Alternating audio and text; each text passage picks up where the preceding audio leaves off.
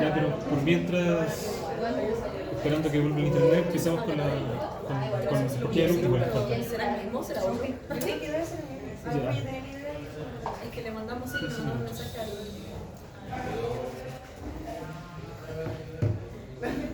Acá aplicar algo de la paletita. Que cuando te quedas haciendo te ponen amarillo, cuando te quedas te ponen la roja, ¿no? No, eso no se me había ocurrido. No. Cuando le avisamos cuando les queden 5 minutos. Son 15 minutos. Son 15 minutos. O sea, le avisa cuando quedan 5 y después cuando quedan O sea, 1. te miramos a ti, pues no sé. Sí, eso mismo. Oye, ya. ¿Se ve bien? Sí. ¿Y tú me miras cuando me haces un gesto cuando cambio? Ya, no, sí. Ya. Tengo esto igual. ¿Ah? Tengo esto igual. Ah, ay, no sé cómo se conecta.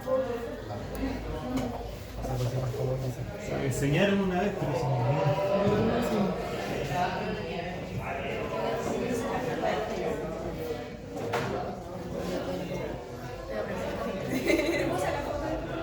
Sí, obvio, no hay problema. Cuando estemos en línea. Esos juegos más básicos tienen un USB. ¿Sí? ¿Qué se puede? Ya. Ya. Perfecto. Hacia el lado. Sí, hacia el lado y hacia el lado. Sí, después. Lo voy a probar. Qué bueno. Ah, pero excelente. Genial. Ya, en honor al tiempo, vamos a empezar con la segunda sesión de ponencias estudiantiles acá en el Congreso de Ciencias Sociales.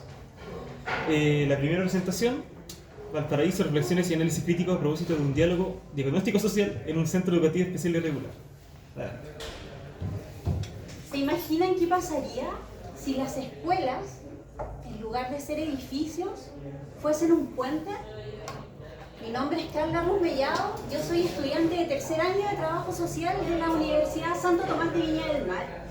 Y hoy les quiero compartir, más que todo, mi diagnóstico social, que está en base a la primera práctica que hice el semestre pasado en una escuela en Valparaíso que tiene educación regular y educación especial, a la cual titulé Valparaíso, reflexiones y análisis crítico a propósito de un diagnóstico social en un centro de educación especial y regular.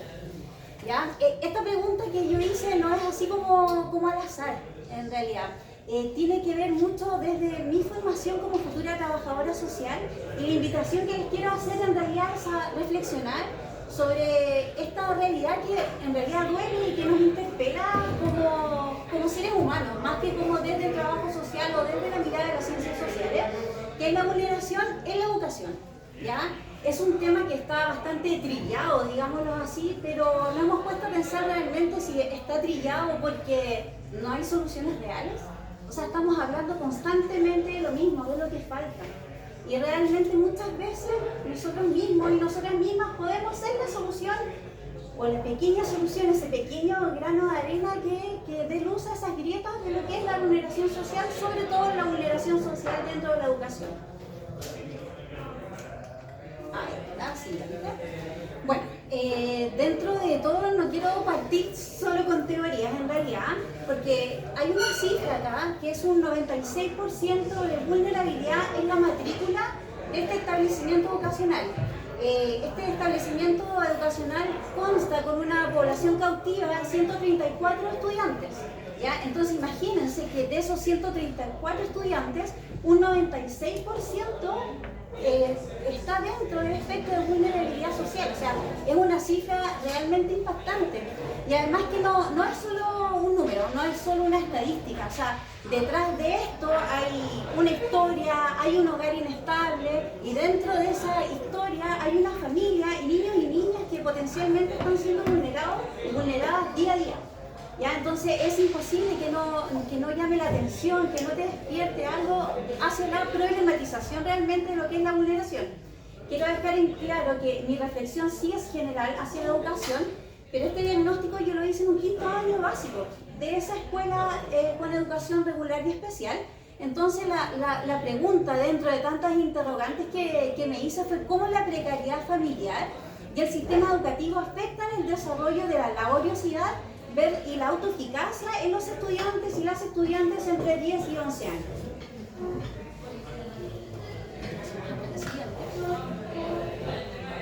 Entonces, dentro de esto, no me refiero solo que esta vulnerabilidad pasa por la falta de computadores, por la falta de libros o por la falta de una estructura adecuada para que se lleve a cabo el ejercicio de la educación, sino que esta vulnerabilidad en el caso de estos niños y estas niñas se construye en las calles, en sus hogares, en sus comunidades, y es una trama bastante compleja que estos niños y niñas día a día llevan al aula, a su sala de clases, a su aula, y que se ven enfrentados frente a un profesor, una profesora que muchas veces no tiene la profesionalización necesaria para tratar con este tipo de vulneraciones y con las necesidades de educación especial. ¿Ya? Entonces, dentro de esto, evidentemente que me basé en 5 pilares, que son los más comunes a veces que utilizamos en el trabajo social, pero que son sequísimos, ya que en este caso es Erikson, que nos habla de la laboriosidad versus la inferioridad, que es un punto clave en los niños y las niñas, porque es ahí donde ellos empiezan a desarrollar su competencia y productividad. Y si esa parte ya es vulnerada, tenemos que el día de mañana tenemos que esto en realidad es la base para su identidad futura. Si esta base está vulnerada, es muy difícil que cuando sean adultos y adultas encuentren su identidad dentro de una sociedad, y de una sociedad tan competitiva como la que es hoy en día y como la que es en Chile también.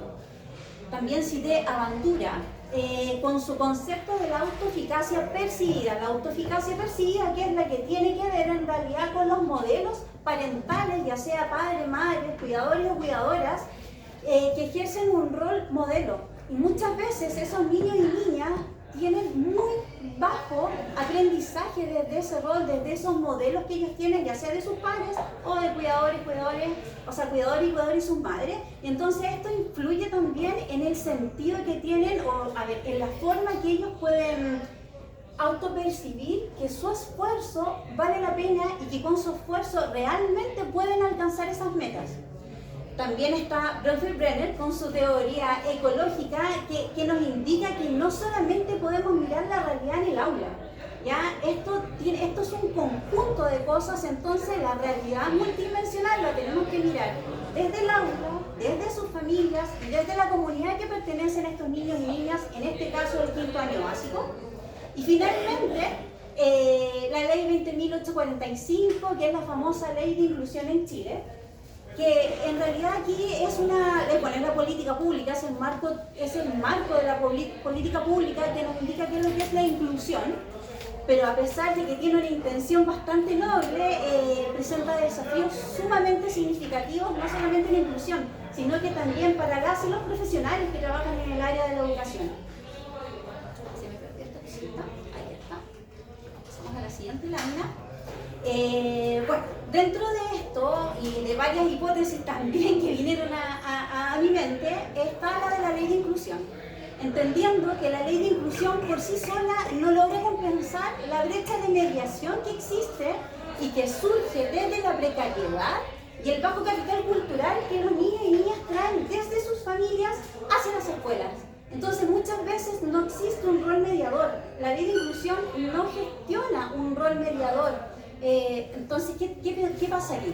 Nos encontramos con una realidad en donde nos confirma que las familias que tienen, en su mayoría, las familias al menos del 5º básico, en su mayoría son hogares monoparentales con jefatura femenina. Además tienen un alto nivel de estrés, ya sea porque son inestables, porque su nivel económico no les alcanza realmente. Muchas veces ni siquiera para el día a día hay una precarización inmensa del trabajo femenino. En realidad en estos hogares monoparentales que ni siquiera tienen un trabajo formal. Entonces, partiendo de eso va generando un estrés. Entonces, ¿qué pasa con esto? No genera esa capacidad de los adultos y adultas a cargo para brindar un apoyo educativo necesario para sus hijos y para sus hijas. Y la consecuencia de esto es la baja autoeficacia y la baja motivación que estos niños y niñas presentan dentro del aula y en su área educativa y en la vida.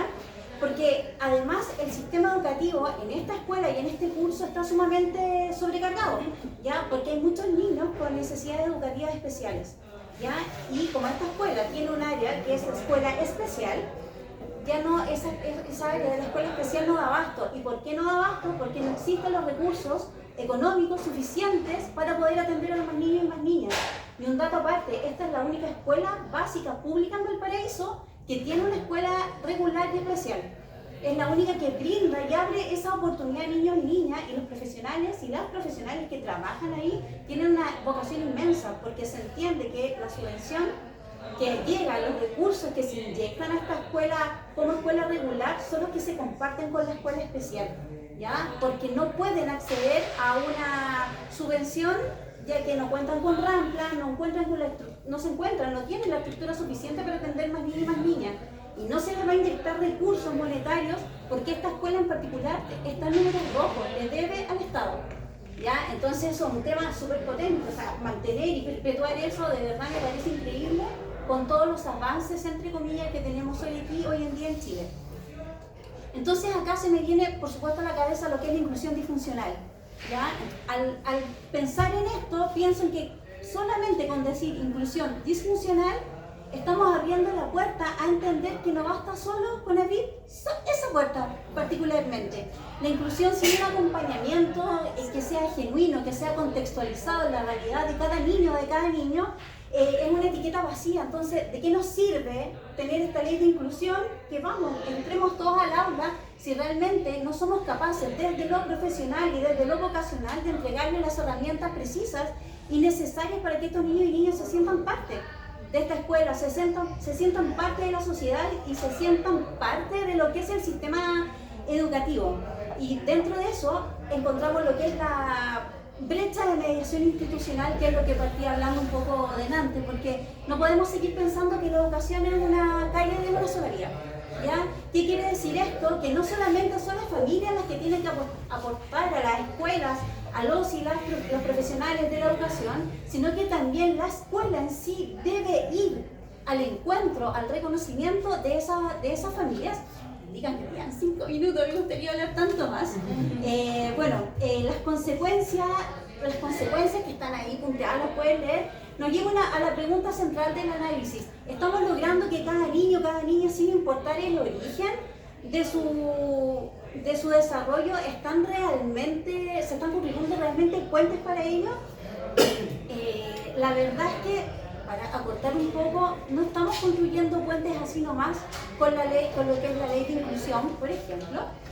Entonces, mi misión, en este caso como futura trabajadora social, es ser esa mediadora, es construir realmente ese puente, grano a grano. Soy yo, pero como yo, hay muchas y hay muchos. Entonces, es el ser un puente entre las instituciones y las personas, es comprender que no se trata solo de aplicar las políticas, sino de tejer redes humanas, porque eso es lo que nos hace falta hoy en día, las redes humanas, la vocación realmente que nos ha llevado a estudiar alguna carrera que tiene que ver en realidad con el tema social, con las ciencias sociales, con la educación. Entonces, comprender que no nos podemos esconder detrás de una política, no nos podemos esconder detrás de lo que es un protocolo o esperar a que los gobiernos cambien para empezar a accionar a través de estos medios. Tenemos que salir de nuestra zona de confort, de nuestra zona de privilegio, que hoy en día tal vez uno dice, privilegios, no son tantos, pero sí son privilegios porque estamos mucho mejor que muchos niños y muchas niñas en la realidad de este país y en la realidad de esta escuela también. Entonces, mi llamado es, más que todo, es entender que agenciar la vida no es solamente una utopía, que tiene que ver con un acto de fe hacia las potencialidades que tenemos como seres humanos, ya sea las posibilidades y probabilidades que tiene el cambio, ¿ya? Es creer que podemos hacer las cosas de manera diferente, es querer contar la historia de otra manera, es querer borrar la historia que está mal, es poder agenciarnos desde esa manera y desde ahí construir un nuevo relato y construir un nuevo puente en donde todas, todos y todas puedan aprender como corresponde. Muchas gracias.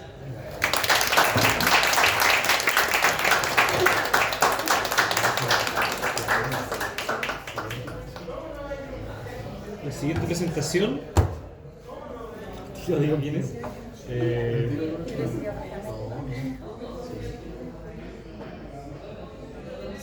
Es de Patricio Áñez González. Sería la... Bueno, si quieres, sí. Bueno.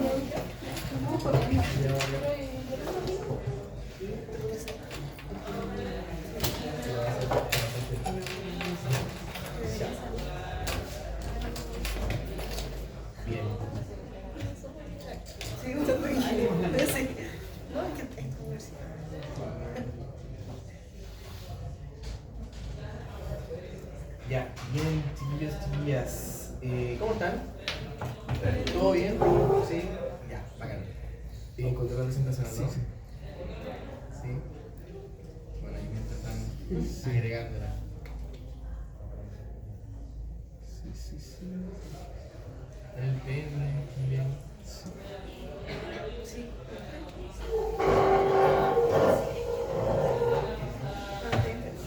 Acá. Esa misma.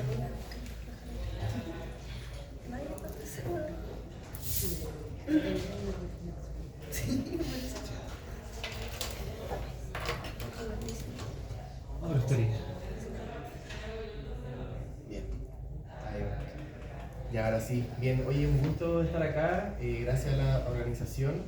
Mi nombre es Patricio, ya yo soy trabajador social de profesión, magíster en ciencias sociales de esta casa de estudio. Y bueno, me dedico a trabajar en programas de inclusión, ya en el PAS, en el propedéutico del UTEM. Bien. Les voy a comentar bueno, sobre mi tesis de posgrado que se tituló La burbuja escolar, aspiraciones, obstáculos y ajuste de metas en jóvenes trabajadores egresados de la educación media técnico profesional. Bien. Partí preguntándole a ustedes, que levanten la manita, ¿quién salió del liceo técnico? ¿Nadie? No, nadie, perfecto. Bien, bueno, comentarles, ¿cierto?, de que la realidad del liceo técnico es una realidad que de repente es un poco invisible, ¿sí?, pero que de alguna otra forma representa un gran porcentaje de la población, ¿ya? En Chile existen más de 900 liceos técnicos en el país, lo cual representa el 37% de la población a nivel general, ¿ya?, en términos de la enseñanza media ATP. Siendo un 99,9% parte de establecimientos municipales, particulares subvencionados, ¿cierto?, y de administración delegada, versus el 0,01% de establecimientos particulares pagados. Eso ya nos da una primera señal, ¿cierto?, primera radiografía. ¿Bien? También un 78,8% sí, son parte de sectores socioeconómicamente bajos, por tanto hay un carácter de clase, ¿cierto?, socioeconómico que no es menor de esos establecimientos educacionales. ¿Bien? Algunos antecedentes e investigaciones sobre el tema que estudié tienen que ver con aspiraciones y expectativas de futuro. ¿Bien? Se encuestaron a 1.888 estudiantes de la educación técnica hace un par de años y un 35% sostuvo de que ingresa a la modalidad técnica para ejercer en el mercado laboral con su título, ¿sí? Llamado este bajo la mano, ¿no? Como también un 60% de ellos quieren continuar estudios superiores, donde la universidad, ¿cierto?, es la principal aspiración para continuar estudios superiores, y donde los principales pilares para el proyecto de futuro son la educación, la familia y el trabajo, todo en función de la ilusión de una vida mejor. ¿Bien? Ahora, ¿cuál es el planteamiento del problema? Que es lo que quise observar yo. Primero, los jóvenes y las jóvenes de la educación media ATP, ¿cierto?, en esos monitos que están simbolizados, un poco como Messenger, así como años anteriores, ¿no?, que provienen de sectores populares y vulnerados, aspiran, ¿cierto?, a tener trayectorias de vida movilizantes en términos de la construcción de aspiraciones académicas, laborales y sociales, ¿ya?, dentro del gran marco de una sociedad globalizada, moderna y capitalista, ¿no? Eso es el marco en el cual nosotros nos situamos, ¿sí? Y que esas aspiraciones están obstaculizadas, ¿no?, con esa línea que aparece ahí. Por tanto, como los jóvenes aspiran, ¿cierto?, tienen aspiraciones que son obstaculizadas, tienen que, de alguna otra forma, ajustar sus metas. ¿Ya? A todos nos ha pasado, sí, a todos nos ha pasado, pero a estos jóvenes también les ha acontecido aquello.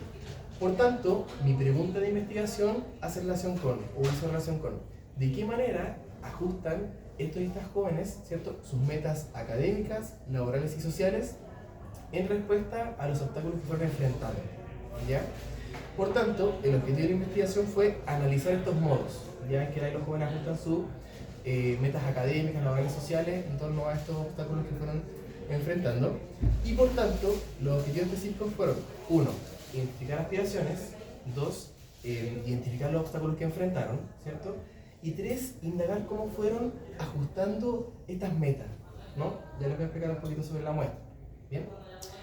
Sobre el marco teórico, el enfoque teórico, ¿cuáles son los lentes con los cuales yo observo la realidad y observé este estudio?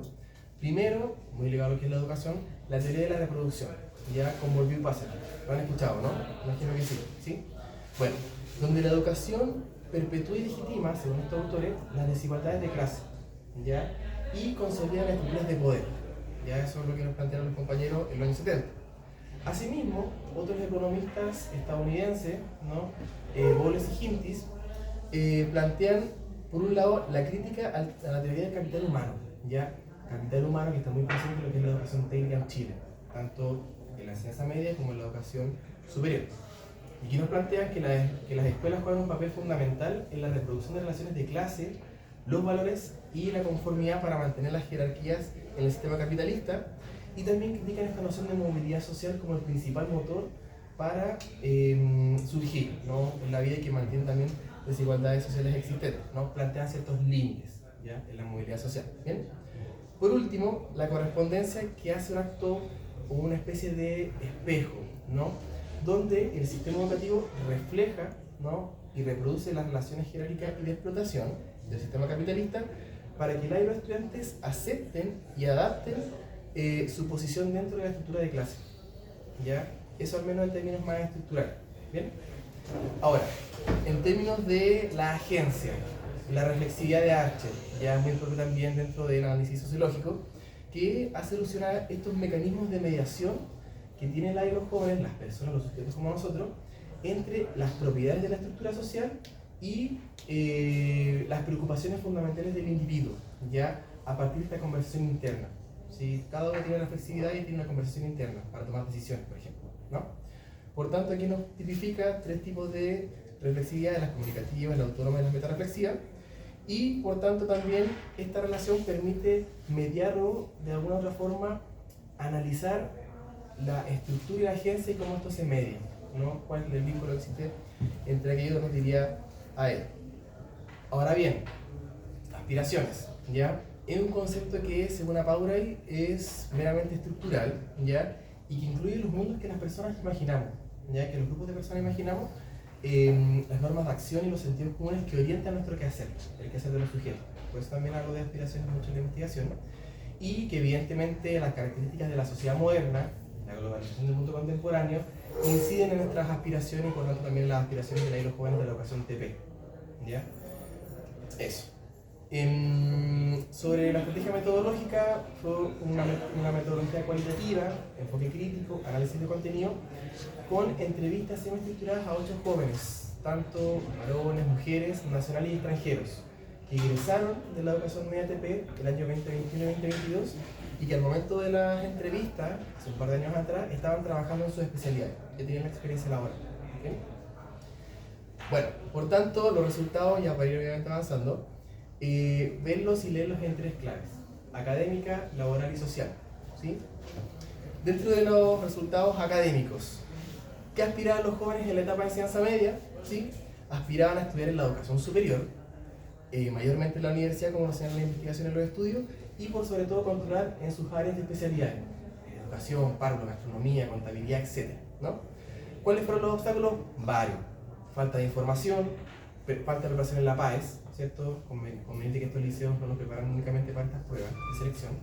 Dificultades en el ingreso a la educación superior, en la obtención de gratuidad, ¿ya? Y por sobre todo también se acentúa esa última dificultad en jóvenes de origen extranjero, ¿ya? ¿Cómo ajustaron sus metas los chicos y las chicas? Reafirmaron su aspiración de estudiar en la educación superior, establecieron nuevas estrategias para prepararse, definieron carreras y universidades ajustadas a sus posibilidades reales y concretas, ¿ya? Un ejemplo: jóvenes de la especialidad de enfermería, todos sueñan gran parte con estudiar medicina. Finalmente no todos pueden. Saben la selectividad que pasa en medicina, ¿no? Y bueno, como hallazgo también interesante, los varones que tomaron el rol de proveedores de hogar desistieron de estudiar estudios superiores, ya porque tuvieron que asumir roles de paternidad o bien hacerse, comillas, cargo económicamente en el hogar, ¿no? Sobre lo laboral, clave laboral, los jóvenes, no todas y todos querían estudiar y trabajar un segmento sí, ¿ya? Principales obstáculos relacionados con la precariedad del trabajo, precarización laboral, bajos salarios, brechas entre lo aprendido en las especialidades y lo aprendido también en el mundo del trabajo, brecha entre el mundo juvenil y el mundo adulto, ¿no? El capataz, ¿cierto? El artesano, el maestro que me enseña a mí, yo que soy joven y que soy inexperto, ¿bien? Climas laborales violentos en el área de la salud y la gastronomía, mucha tensión, mucha conflictividad, ¿sí? Y prejuicio y discriminación en jóvenes de origen extranjero. Por lo cual ellos ajustaron sus metas y algunos decidieron obviamente queriendo estudiar la educación superior, pero el gran componente fue la indecisión, ¿ya? También, desde la clave de lo social, y aquí ya para ir cerrando la parte de resultados, muchas y muchos obviamente quieren esta movilidad social ascendente para la estabilidad económica y vivir mejor, materializándose de otra forma en el sueño de la casa propia, ¿ya? ¿Qué obstáculos han enfrentado en el camino? Discriminación y segregación por clase social y por país de origen, ¿ya? Expectativas y presión familiar en su futuro, ¿sí? Como las familias como presión externa también influyen en eso, y obviamente lo que les comenté sobre los varones que tuvieron que asumir roles de proveedores, ¿bien?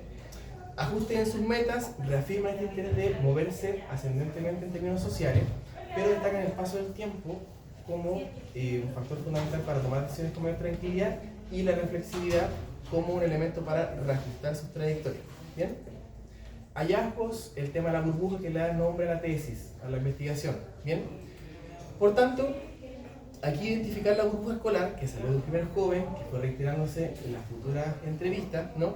Y que hacía esta metáfora con el embarazo de la burbuja, de alguna forma, que cuando cierra el ciclo escolar se revienta y da paso al mundo adulto. Perfecto. Por tanto, aquí distinguir elementos estructurales y elementos agenciales, ¿bien? La influencia de las familias y los docentes de especialidad con grandes referentes en sus vidas, dificultad en la preparación para la toma de decisiones en la exploración vocacional y límites en la escuela, ya en términos de acompañar, de informar, de fortalecer esos procesos de exploración vocacional. Tremendo desafío para quienes trabajan en educación, ¿no? Bien, en términos agenciales, las reflexividades comunicativas y autónomas dialogaban entre sí, indecisión como característica común y la inmadurez, entre comillas, señalado por los mismos jóvenes, para determinar acciones en su capacidad de agencia. Por lo tanto, ya para ir concluyendo, el tipo de sociedad que se expresa en este grupo de jóvenes da cuenta de una sociedad segmentada por clases sociales y por tipos de educación, ¿no?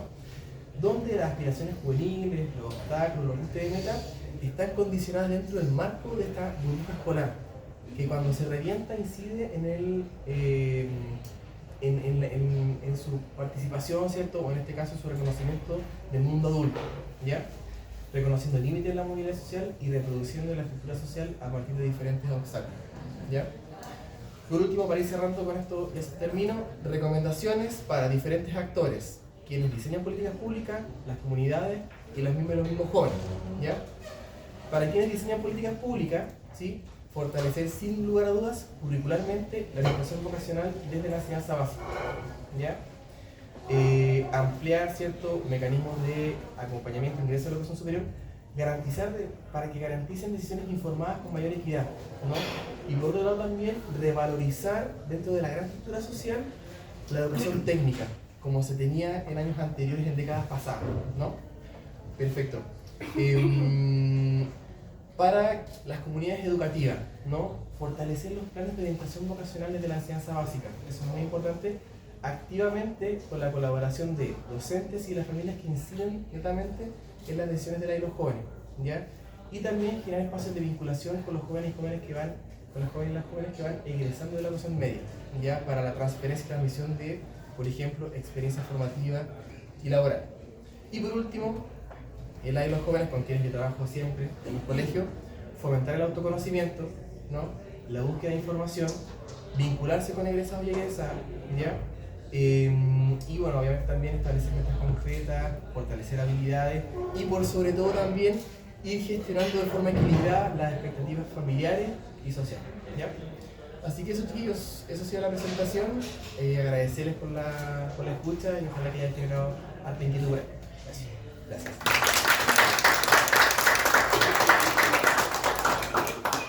Me faltó comentar también de que cuando ya todos expongan, ahí hacen una ronda de preguntas general. Ahora... Bárbara Andrés, exponen en grupo entonces. Sí. Constitución moderna, estética minimalista, simple, ¿será? Sí, es Sí. para que tenga tiempo de leer.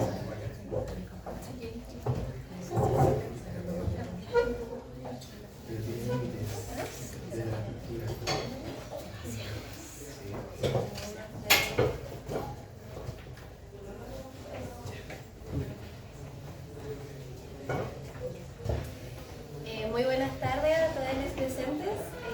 Mi nombre es Bárbara Cuelque, junto a mi compañera Javiera Muñoz Donoso y Lucía Vera les vamos a hablar sobre nuestra investigación titulada Las experiencias de hijas de madres privadas de libertad en la Sala Cuna Rayito del Sol, ubicado en la cárcel femenina de San Joaquín, desde las experiencias internas de agentes educativos. Este fue un informe escrito con Amanda Colipán dentro del ramo de metodología de la investigación de la profesora Fabiola en educación parvularia. La privación de libertad de mujeres que son madres incide negativamente en la vida futura de sus hijas, ya que al encontrarse en situaciones de riesgo, violencia y una futura separación forzosa, se afecta directamente en el desarrollo emocional, social y educativo de estos infantes. Creemos que este es un problema de investigación, ya que el canal de noticias SNN Chile expone que dentro del total de la población penal, el 85.4% de las mujeres privadas de libertad son madres, y el año pasado, el 2024, a nivel nacional, según consignó Gendarmería, había 70 mujeres embarazadas y 136 con hijos e hijas lactantes. Nuestro objetivo general es comprender el desarrollo, tanto educativa como emocionalmente, de las infancias de 13 a 24 meses con madres privadas de libertad en el Centro Penitenciario Femenino de San Joaquín, desde la experiencia de agentes educativos relacionados. Nuestra pregunta de investigación fue cómo se desarrollan los primeros años de vida de las infancias de 3 a 24 meses de las madres privadas de libertad en el Centro Penitenciario Femenino de San Joaquín, desde la experiencia de agentes educativos relacionados. Nuestros referentes teóricos se dividen en dos. Los conceptos claves son importancia del vínculo, destacando la teoría del apego de Bowlby, la maternidad privada de libertad, destacando el desarrollo integral y la vulnerabilidad de las infancias, y la infraestructura del centro penitenciario, destacando cárcel e institución mental. Nuestros textos claves son maternidad en privación de libertad, arreglos de cuidado de infante en la unidad materno-infantil del Centro Femenino de San Joaquín del 2020, y las voces de la maternidad en prisión, formación de apego, madre e hija, en contexto de privación de libertad del 2022.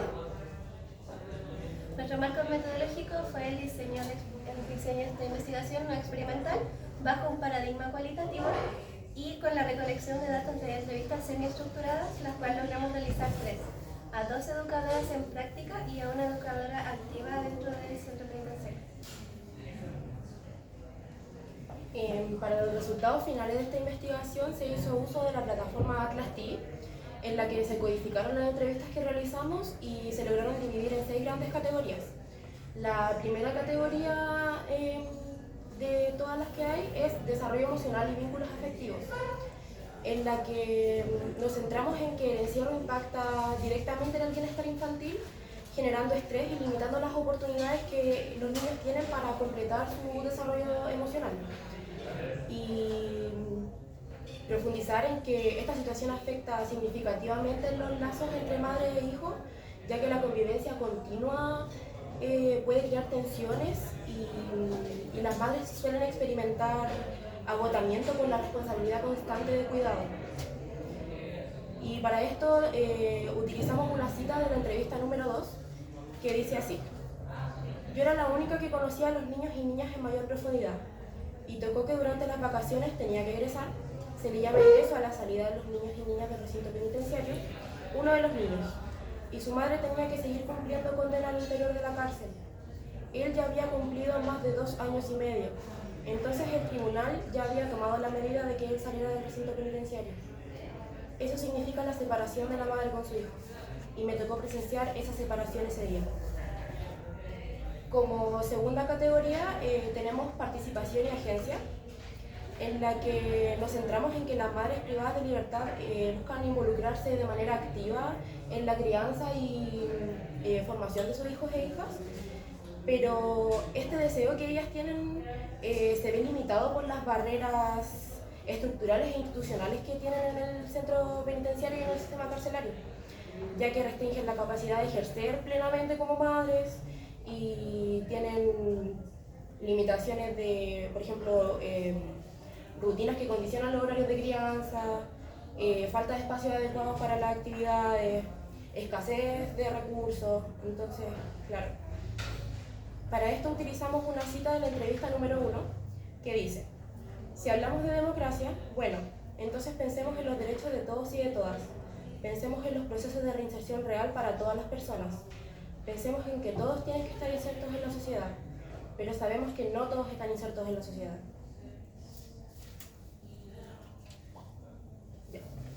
Como tercera categoría tenemos el entorno institucional y las tensiones, en las que nos centramos en que se evidencian contradicciones profundas en el discurso protector que promueve la institución penitenciaria hacia las madres y sus hijos y las prácticas cotidianas que efectivamente se implementan en el contexto carcelario, ya que la realidad se caracteriza por un sistema de control riguroso y una excesiva sistematización que limita la autonomía maternal. Para esto utilizamos una cita de la entrevista número 2 también, que dice así: siento que el espacio carcelario no es un espacio para los niños y niñas, y eso lo tenemos que tener claro. Es un espacio que no resguarda su bienestar integral. Están expuestos a situaciones violentas, situaciones de allanamiento, están encerrados bajo control y la vigilancia de gendarmería, en espacios reducidos con muchas personas. Como cuarta categoría tenemos formación y transformación pedagógica, en la que profundizamos en que los centros educativos que trabajan en el contexto penitenciario demuestran una capacidad de adaptación y de transformación en sus prácticas pedagógicas, ya que desarrollan estrategias innovadoras que responden a las particularidades del entorno carcelario y las necesidades específicas que tienen los niños y niñas. Porque a pesar de tener limitaciones de recursos, espacios reducidos, restricciones de movilidad y tensión entre los objetivos educativos y demanda de seguridad institucional, los profesionales logran reinventar las metodologías tradicionales y crear nuevas formas de mostrarle las cosas a los niños y niñas. Y para eso utilizamos una cita de la entrevista número 3, que dice: tenemos el tiempo de reconocer al niño, educar, enseñar, transformar, y también nosotros transformar y aprender de esa práctica. Bueno, como categoría 5 tenemos inclusión y presencia infantil. La investigación demostró que la presencia de estos niños se suele reducir a hijos o hijas de, y se suele tener poco reconocimiento de sus derechos, y el reconocimiento de estos derechos se suele reducir a visitas esporádicas que no tienden a ser una constante en su vida. Para esto, las educadoras buscan promover prácticas inclusivas que valoren a los niños y niñas como sujetos, generar espacios de respeto y redes de apoyo a pesar del contexto adverso que estos viven. Para esto nos gustó destacar mucho algo que dijo la educadora, que fue: los niños y niñas reciben muchas visitas de jueces, de ministros, de periodistas, de mucha gente que quiere saber de ellos y cómo viven. Pero realmente nadie quiere estar con ellos, nadie quiere sentarse con ellos, jugar con ellos, mostrarles el material, preguntarles cómo viven, preguntarles cómo están. Nadie, miran y se van. De la categoría C de los resultados tenemos cuidados y trayectorias de vida. En cuanto a cuidados en general, nos vimos muy poco interés por parte de la institución, en especial en la lactancia y en la contención emocional de las madres. También las trayectorias de vida de estas familias están atravesadas por el estigma social y las barreras de reinserción, lo que perpetúa el ciclo de vulnerabilidad y exclusión. Dentro de esto nos gustaría destacar algo que dijo una de las educadoras, que era también el desafío es seguir mirando a la infancia en contexto de encierro, seguir mirando los procesos de reinserción social de estas mujeres. Para concluir, a través de los relatos de estos agentes educativos, vimos cómo el contexto carcelario afecta al desarrollo social, emocional y educativo de la infancia, así como al vínculo afectivo madre-hijo. Se evidenció que a pesar de los esfuerzos de estos profesionales, las situaciones de encierro, la violencia y la falta de recursos generan tensiones que impiden garantizar un ambiente adecuado para el desarrollo integral, viviendo estos niños y niñas en círculos de vulnerabilidad y exclusión. En un inicio quisimos incluir a las madres dentro de la muestra para tener de primera mano su experiencia, emoción y percepciones respecto a la crianza dentro de la cárcel, pero esto no fue posible debido a que el centro penitenciario no lo permitió, evidenciando las barreras estructurales que existen dentro de estos espacios. Aún así queremos destacar el rol de los agentes educativos como actores de cambio, ya que no solo cumplen un papel dentro de lo académico, sino que también cumplen un papel en la contención emocional de la madre y su hijo, intentando potenciar siempre este vínculo entre ambos. Finalmente, los queremos seguir invitando a visibilizar y cuestionar las prácticas institucionales que vulneran a las madres y a sus hijos y a promover una mirada inclusiva y respetuosa de los derechos humanos que ponga en el centro la dignidad y el bienestar de la infancia. Con esta investigación no solo buscamos esparcir conocimientos, sino que también generar conciencia y motivar a generar cambios reales en la sociedad y en el sistema penitenciario chileno. ¿Les queremos dejar la lista de referencia? Y con esto finalizamos. Muchas gracias por su atención.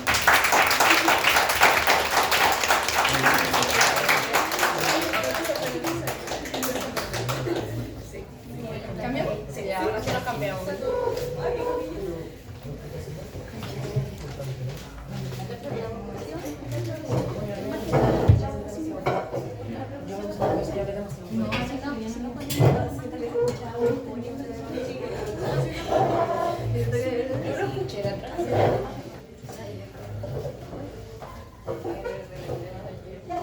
Para la otra tengo una mesa más grande.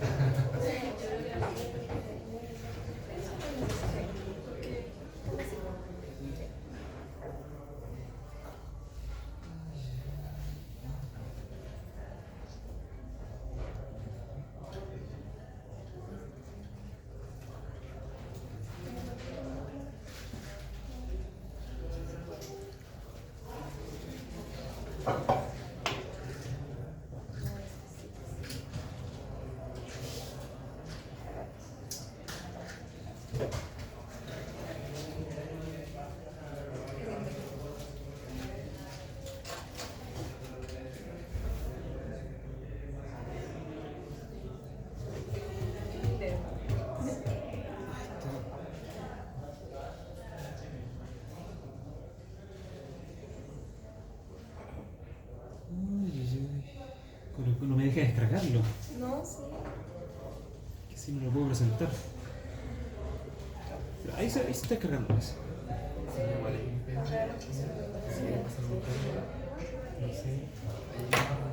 Eso no tengo acá en todo caso. Tendría que reviento.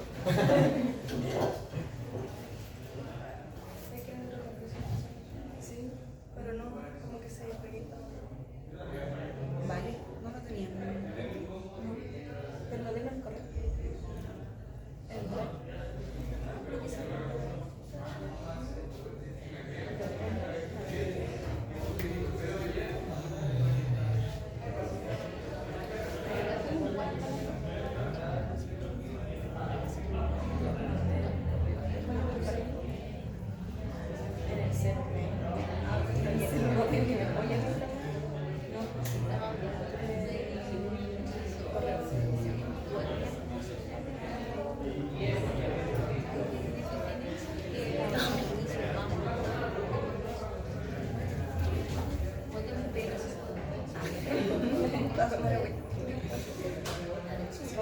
Gracias.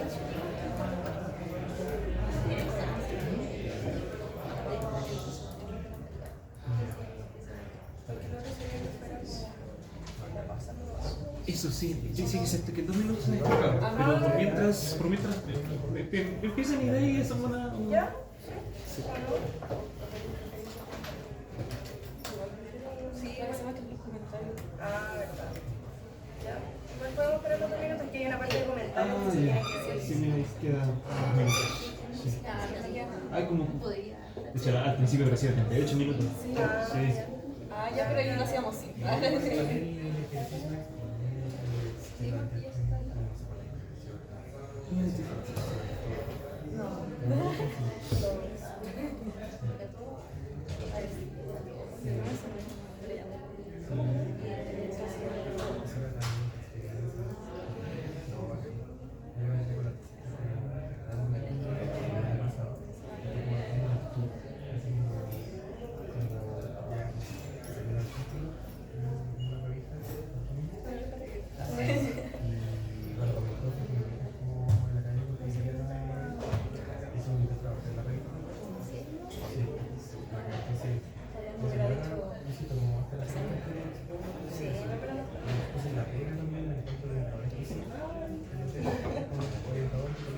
No sé qué raro, los otros se descargaban al tiro. Esto no es raro. Quizás muy pesado. Puede ser. Tiene muchos comentarios, muchas imágenes, muchos gráficos. Pero imágenes de los comentarios. Se pesa 28 megas, lo otro como lo mismo.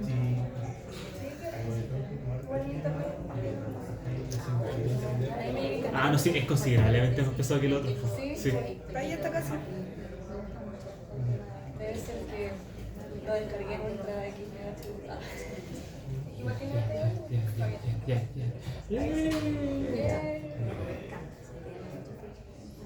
aplausos. Ay, como que. Sí, se puede usar. Sí. Hice mis clics. Ahí está. Ya. Ya listo, vamos a... Voy a hacer una prueba. ¿Lo puedo ver? Sí, sí, lo puedo. Ya, sí. Y ahora sí. Bueno, ahora sí.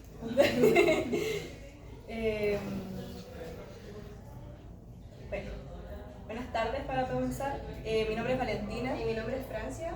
Y yo soy estudiante de Psicología de la Universidad Central.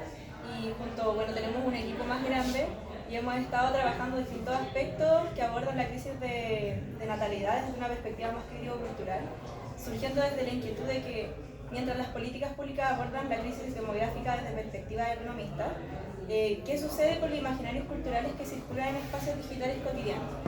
Así es como nosotros decidimos explorar la implicancia de los discursos presentes en redes sociales, y esta parte que les vamos a presentar igual es como un subtema de un trabajo mucho más amplio que ha abordado temas como corresponsabilidad, perspectiva de género y antinatalismo.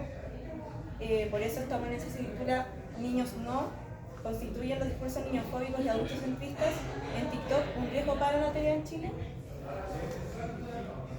Bueno, en este gráfico se puede evidenciar la caída histórica de nacimientos que ha tenido Chile, un 11,3% en 2024 respecto al 2023 y un descenso sostenido del 38,5% en la última década. Esto nos sitúa muy por debajo del nivel de reemplazo generacional y las consecuencias son claras: la disminución del crecimiento económico, baja de la fuerza laboral y crisis de sostenibilidad social. Pero hoy no venimos a hablarle de las causas sociales tradicionales que ya conocemos. Los enfoques tradicionales han analizado como variables económicas, factores individuales como la autorrealización, aspectos estructurales como la conciliación familia-trabajo y la incertidumbre sobre el futuro. Sin embargo, identificamos limitaciones críticas en el escaso análisis de factores culturales, simbólicos y la ausencia de perspectiva digital en la investigación demográfica. También una falta de análisis discursivo en redes sociales y un vacío teórico sobre la influencia de las narrativas en medios digitales. En la era digital, las redes sociales, los discursos, la idea y las creencias circulantes influyen en los individuos y en la sociedad. Esto forma parte de la construcción de una identidad cultural con una rapidez de transmisión sin precedentes. Ahora, ¿por qué TikTok? TikTok es una plataforma utilizada por 14,6 millones de usuarios chilenos y esto solo contempla a mayores de 18 años. Esta plataforma, al igual que otras redes sociales, se ha convertido en un espacio de construcción de imaginarios colectivos y de legitimación de discursos sociales. Bueno, Para el análisis discursivo nosotros trabajamos con 5 conceptos que están interrelacionados. El primero es adultocentrismo, que es la perspectiva que organiza la sociedad en función al adulto, subordinando a la niñez a normas adultas. Por otro lado tenemos la niñofobia, que es la manifestación más extrema del adultocentrismo, siendo el rechazo a niños en espacios públicos, así como también a padres, madres y cuidadores de estos niños. Luego tenemos la violencia simbólica, que en este caso serían los discursos que ridiculizan, enjuician, invisibilizan la creencia y niñez, culpabilizando especialmente a madres, que puede estar interiorizada como una autoculpabilización o una autoexclusión de los espacios. Por otro lado tenemos el urbanismo excluyente, que es la planificación o uso urbano que no considera las necesidades de la niñez ni crianza, generando una incompatibilidad con espacios sociales, ya sean públicos o privados.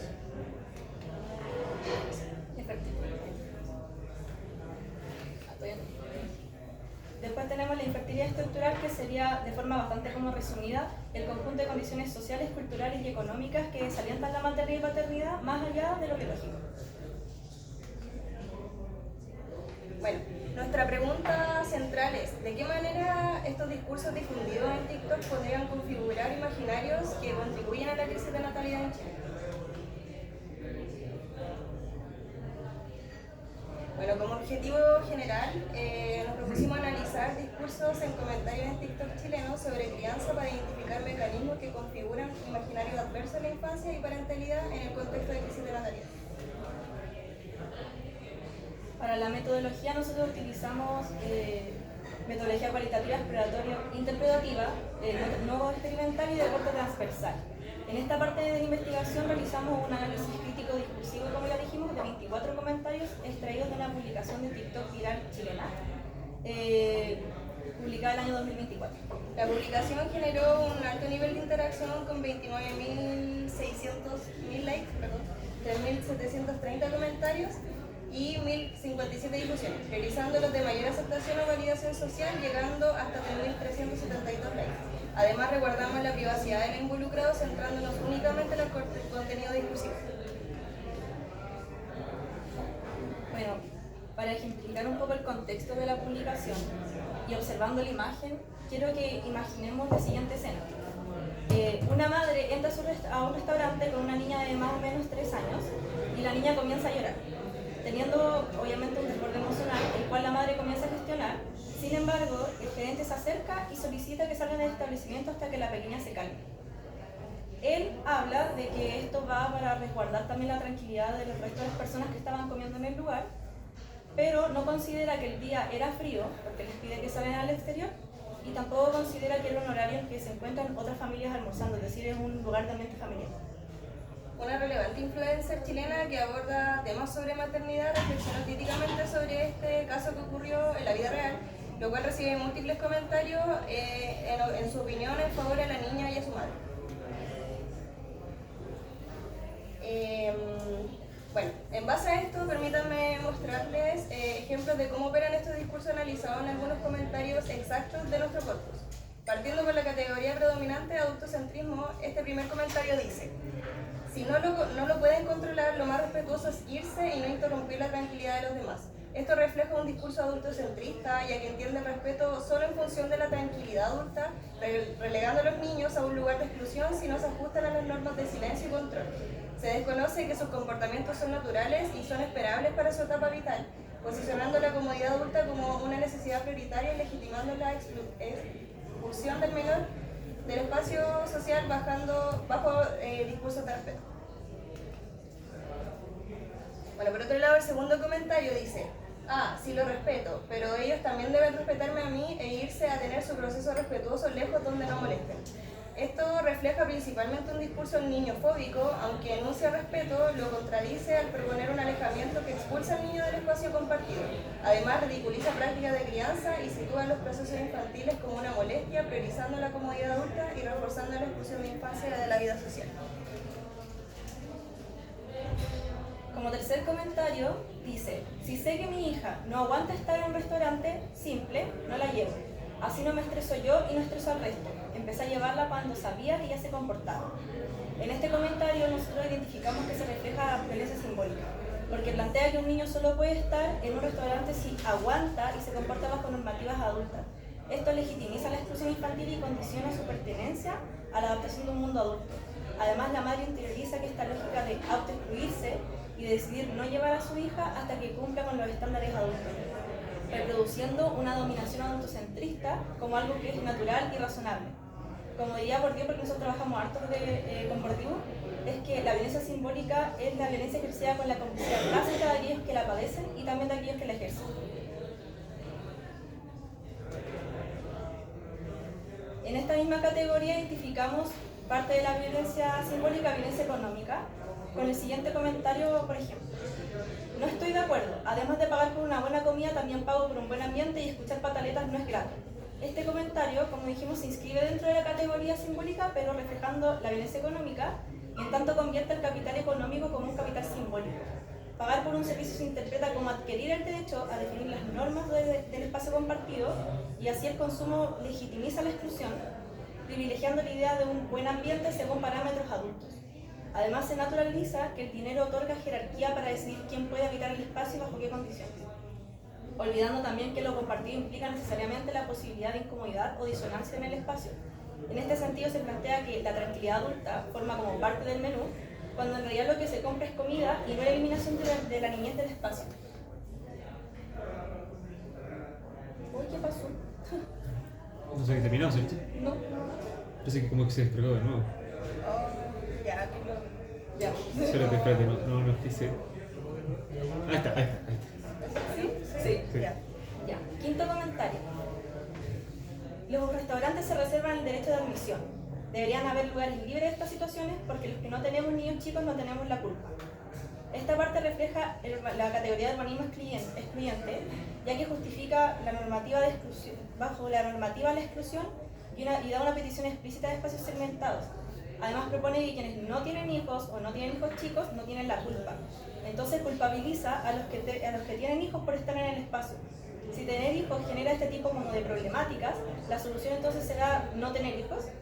Y si quienes no tienen hijos se les asegura realmente la tranquilidad y el disfrute, aquí no solamente escribo el niño, sino que también es el adulto responsable, promoviendo implícitamente la idea de que al tener hijos dejas de ser recibido con los mismos derechos que alguien sin hijos. Bueno, lo crucial. Estos son los hallazgos preliminares de 24 comentarios analizados, en el cual solo el 8,3% defendía la infancia, mientras que el 33,3% manifestó niñofobia explícita, el 75% lo reprodujo adultocentrismo, mientras el 62,5% ejerció violencia simbólica y el 50% promovió urbanismo excluyente. Cabe destacar que de los comentarios no analizados, es decir, de 3.000, solo 2 comentarios analizados defendían la infancia. Además hay que destacar que, como pudimos analizar, un comentario puede presentar múltiples categorías, por ello los porcentajes exceden el 100% al haber superposición de categorías. La abrumadora mayoría de discursos con mayor aceptación social reproduce patrones sistemáticos de exclusión hacia la infancia. Por otro lado, es importante mencionar que una de las principales limitaciones que podemos encontrar en este estudio en general es la falta de interseccionalidad.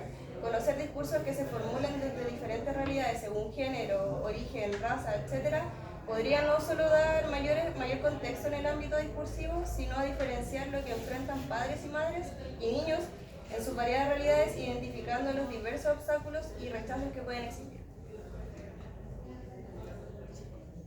Sí.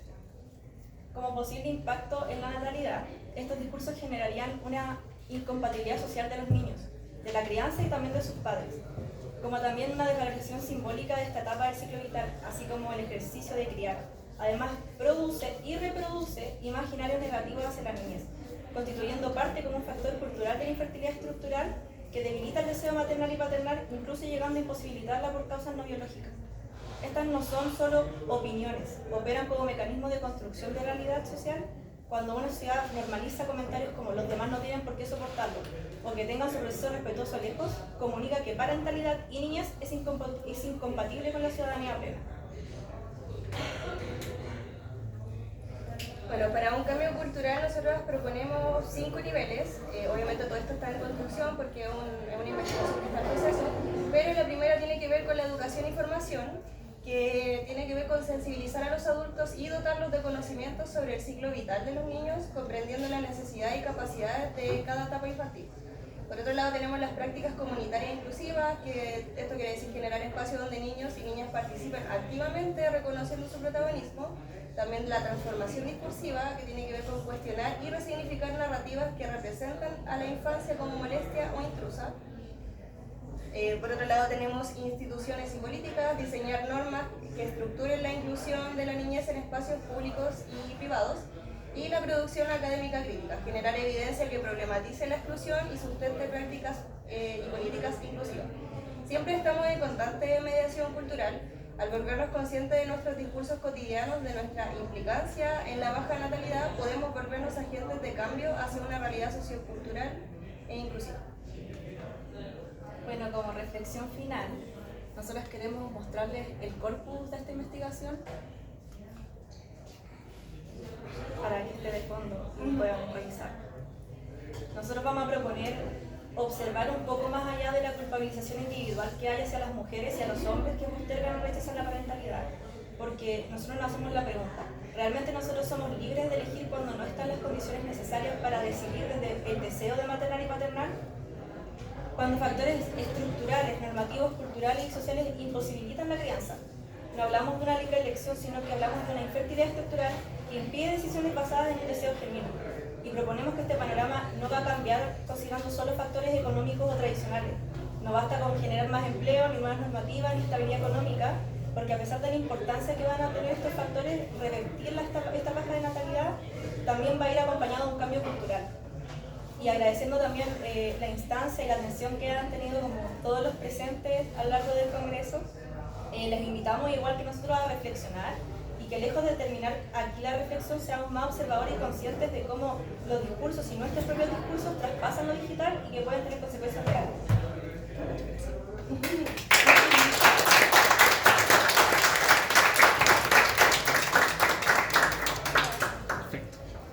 Ya ahí se descargó otra vez, no sé por qué. Ya concluidas las ponencias, queríamos hacer una ronda de preguntas en general para todos los exponentes. Si alguien tiene una pregunta.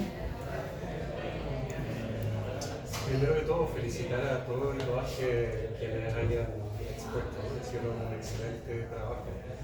Me llama mucho la atención el trabajo de ustedes. Varias cosas de las que dijeron yo las pienso también, así que, pero lo veo desde, digamos, un punto de vista de ignorancia, la cual yo abrazo para poder, digamos, también educar. No porque rime algo ni que porque sea conocimiento así, digamos, del pueblo, de la cultura, tiene verdad o también no soporta necesariamente un escrutinio científico como cuando uno dice los derechos de una persona terminan donde comienzan los de otra. Entonces, ¿cómo encajan estas cosas que donde sí hay cierto, digamos, nivel de las conductas de los niños, sea por la razón que sea, impactan a otros? Entonces, por ejemplo, claro, como ustedes ponían, ir a un restaurante y que un niño haga una pataleta o ande corriendo por todos lados, como puede ser un peligro para mesero y cosas por el estilo. Entonces, ¿dónde está la línea en la arena de lo que es permitido? Porque donde caben todos, no cabe nadie. O sea, nuevamente, no porque rimo ese tipo, digamos, de formas de decirlo. Entonces me pregunto, ¿qué piensan ustedes o qué dice la literatura al respecto? Bueno, yo, al menos con lo que hemos estado analizando, porque igual está una parte de la investigación, está bien situado también en el contexto del caso, que no se daban tanto las condiciones de que estuviera como corriendo el niño, sino que era más situado en el que tenía un proceso natural de una pataleta y que muchos adultos en el espacio público se impactan por ver esa situación cuando una situación que todos vivimos cuando pequeños. En cambio, o sea, respecto a lo que dice de cuando esto cruza una línea, un límite, yo creo que también va en el espacio del otro. En el momento en que un niño tiene una pataleta, puede gritar, tirarse al piso, ¿en qué momento está traspasando tu espacio? Quizás traspasa tus oídos porque escuchas el ruido. Puede traspasar, no sé, el hambre en esa situación porque uno como que se le aprieta la guata realmente. Claro, a lo mejor no sí, es el contexto. Pero pero ¿en qué realmente está impactando al adulto esa situación? Y si nosotros somos los adultos y tenemos obviamente mayor capacidad de regulación, de autorregulación, ¿no somos nosotros también los encargados de autorregularnos a nosotros, viendo que el niño no es capaz de hacerlo? Claro, ahí yo me la banco, por ejemplo, cuando voy en un avión. No le puedo decir a las personas que no vuelen, porque no hay tampoco vuelos exclusivos ni tampoco, yo creo que la mayoría de las personas podrían pagar. Entonces, pero un espacio público donde alguien, claro, tiene, digamos, al menos el poder, digamos, de hacer algo, intentarlo, claro, porque de repente los cabros chicos son difíciles de tratar, eso no hay duda. Todos fuimos niños y a todos se nos olvida que fuimos niños. Pero ahí va un poco, digamos, claro, cuánto yo tengo en consideración a los demás y cuánto los demás me tienen a mí en consideración. Claro, yo me puedo autorregular, pero eso no quiere decir, por ejemplo, de que el niño esté haciendo las cosas quizás no como estaban anteriormente, sea la percepción de cualquiera. Porque yo digo ahí, todos los niños pertenecen en todos los lugares donde van los adultos. Entonces yo digo, no es necesariamente algo malo, por ejemplo, por legislación de que un niño no entra a un baño. Ahí no entra. La legislación es una clara línea. Pero hay espacios que tienen los niños que se protegen también para los niños, por múltiples razones. ¿Cuál es el problema? Sin querer decir, digamos, de qué es la perspectiva, ¿no? Pero ¿cuál podría ser un problema de que haya espacios quizás como que también se puedan proteger de ese tipo de cosas? Proteger en el sentido, digamos, de que sea menos probable de que ocurra.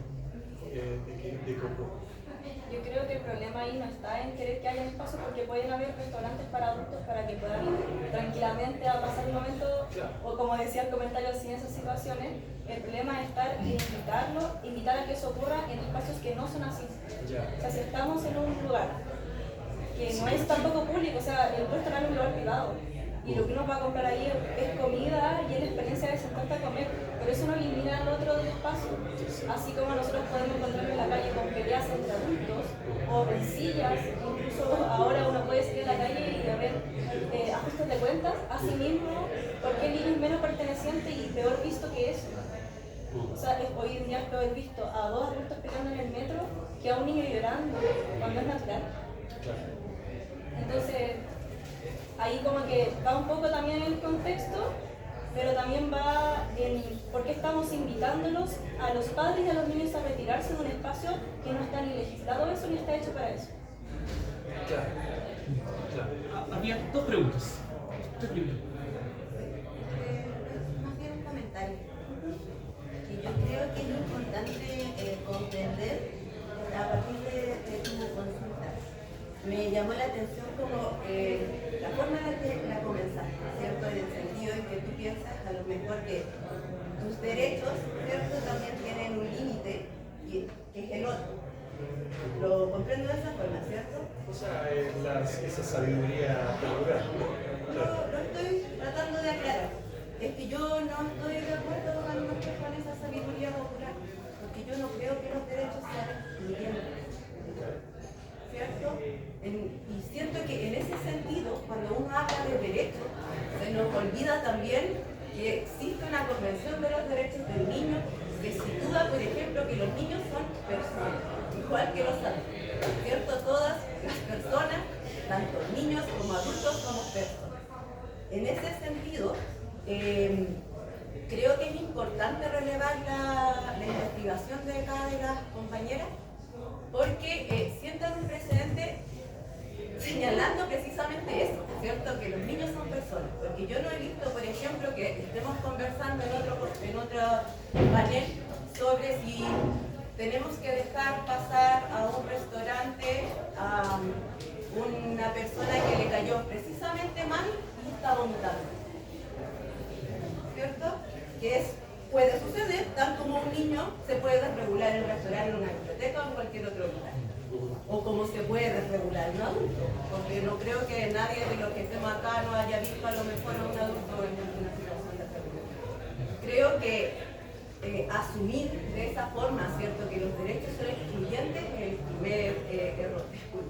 ¿Cachai? Porque no son excluyentes, son considerados. La idea de los derechos es que también nosotros los podamos considerar como una comunidad, ¿cierto? Vivimos todos y habitamos todos. Ya, escucha, a mí pasa algo, en verdad, soy yo la que me voy. En ese sentido, porque a mí me está molestando. Yo no puedo echar a otra persona, porque en este caso es un espacio público, es un restaurante, y yo, este no es mi lugar. Entonces, si a una le molesta, es una la que se debe morir. Pero en ese sentido. Y esto es probablemente una visión muy autocentrista, porque no estamos considerando la base que de los niños son personas que se pueden retomar igual que cualquier otra. Creo que eso no lo puede rebatir nadie, o sea, lo que tú mencionas. Pero, por ejemplo, es poco práctico, porque si yo me pongo a escuchar un eco así súper pesado. Estamos hablando de consideración por el ser humano. Sí, de hecho, solamente para acotar, y de ahí paso la pregunta. Nosotros en la investigación también consideramos los derechos del niño porque, de hecho, específicamente con el caso, están considerados el derecho al esparcimiento, a que el niño tenga relaciones sociales, a convivir y poder tener recreación. Porque dentro del desarrollo vital del niño hay cosas que los niños no pueden aprender solo interactuando con sus padres o solo interactuando bajo cuatro paredes, así es. Ellos necesitan, para poder retroalimentarse, porque siempre está la analogía de que son esponjitas, necesitan convivir en estos espacios, ver cómo operan y también aprender, no sé si ajustarse a las normas adultas, pero aprender a cómo ellos ser en ese espacio. Sí, solo para acotar, por último creo en construir una sociedad que quiera, ¿cierto? En una comunidad que acoge, no que excluye, ¿cierto?, a niñeces de espacios públicos. Y creo que eso es fundamental porque la verdad es que espacios públicos para niños no son muchos. Así que eso, muchas gracias. En un tiempo vamos a hacer dos preguntas más. Tú tenías una. Solo un comentario agregando que igual me parece muy interesante porque también hay una lógica de sobreindividualización del cuidado, como una cuestión que exclusivamente hacen los padres, cuando en realidad en la práctica todos durante nuestra vida somos cuidados por una comunidad, que es una familia ampliada de vecinos y cosas. También eso es una cuestión que se deja entrever dentro de los comentarios que pusieron.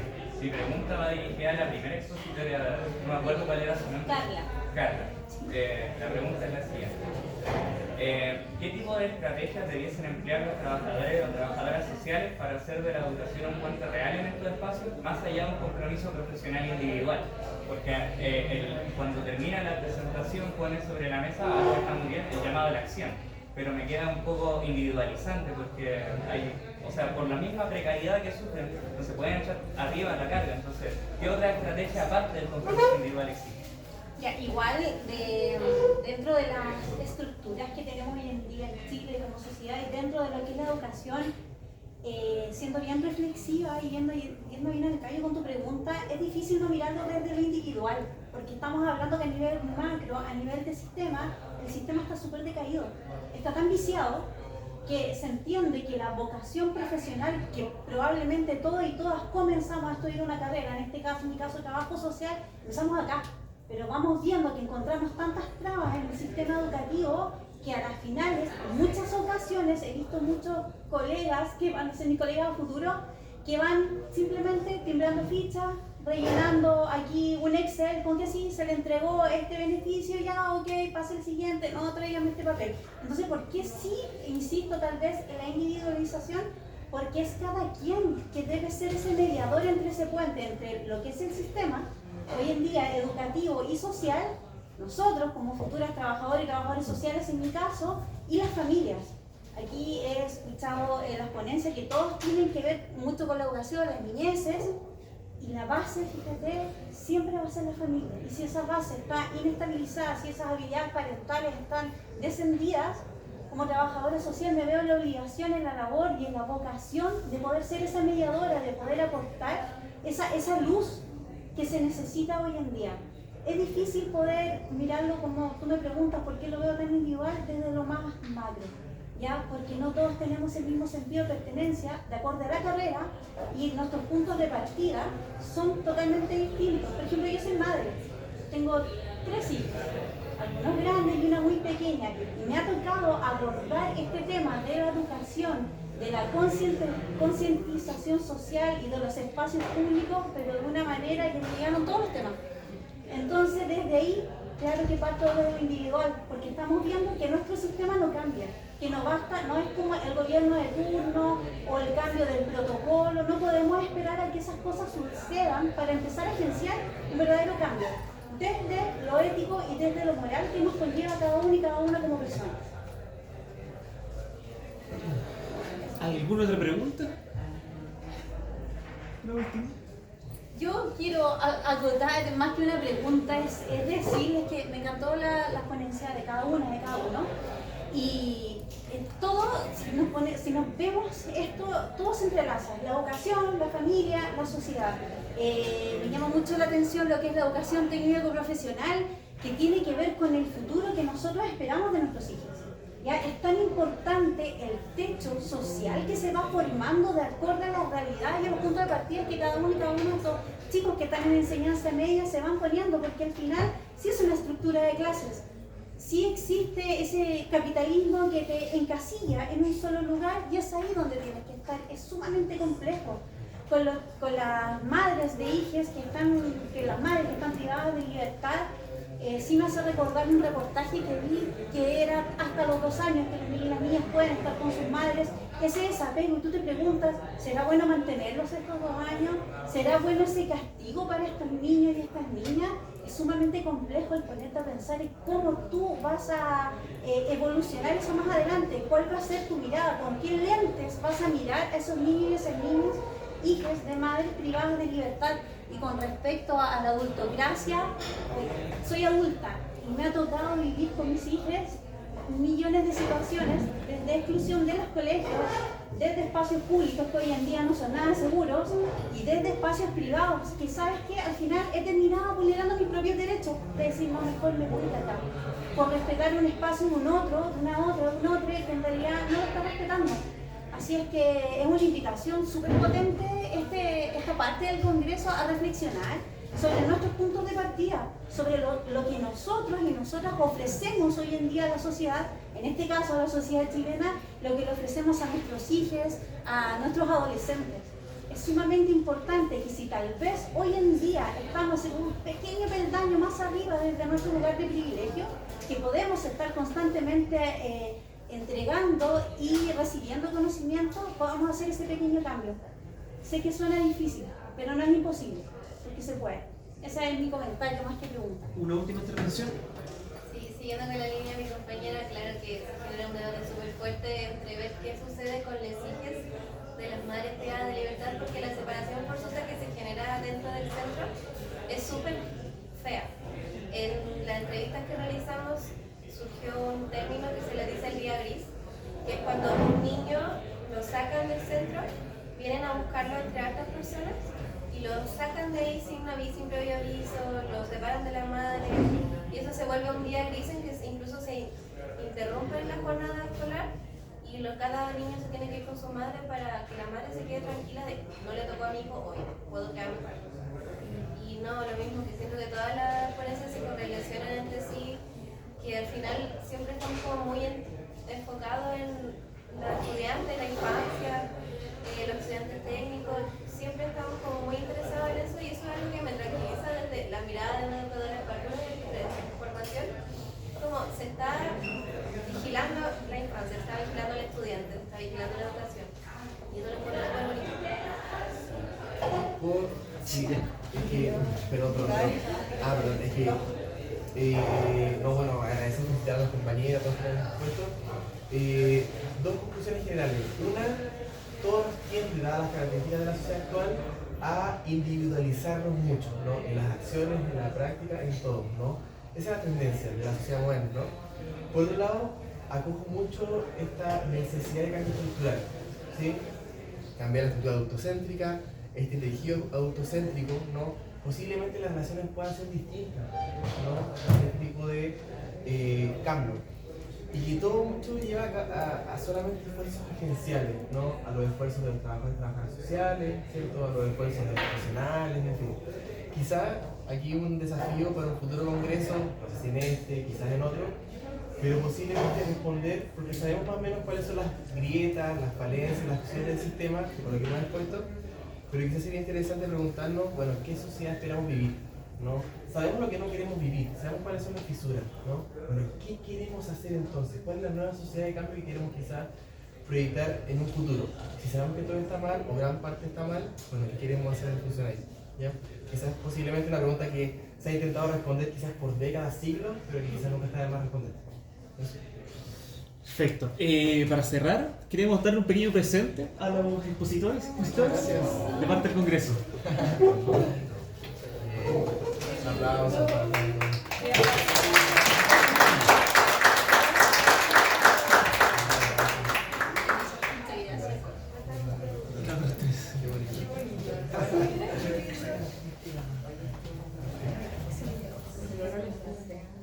Sí, agradecido.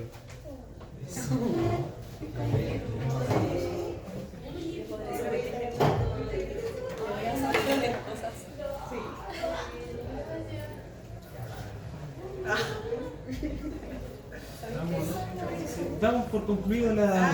Gracias.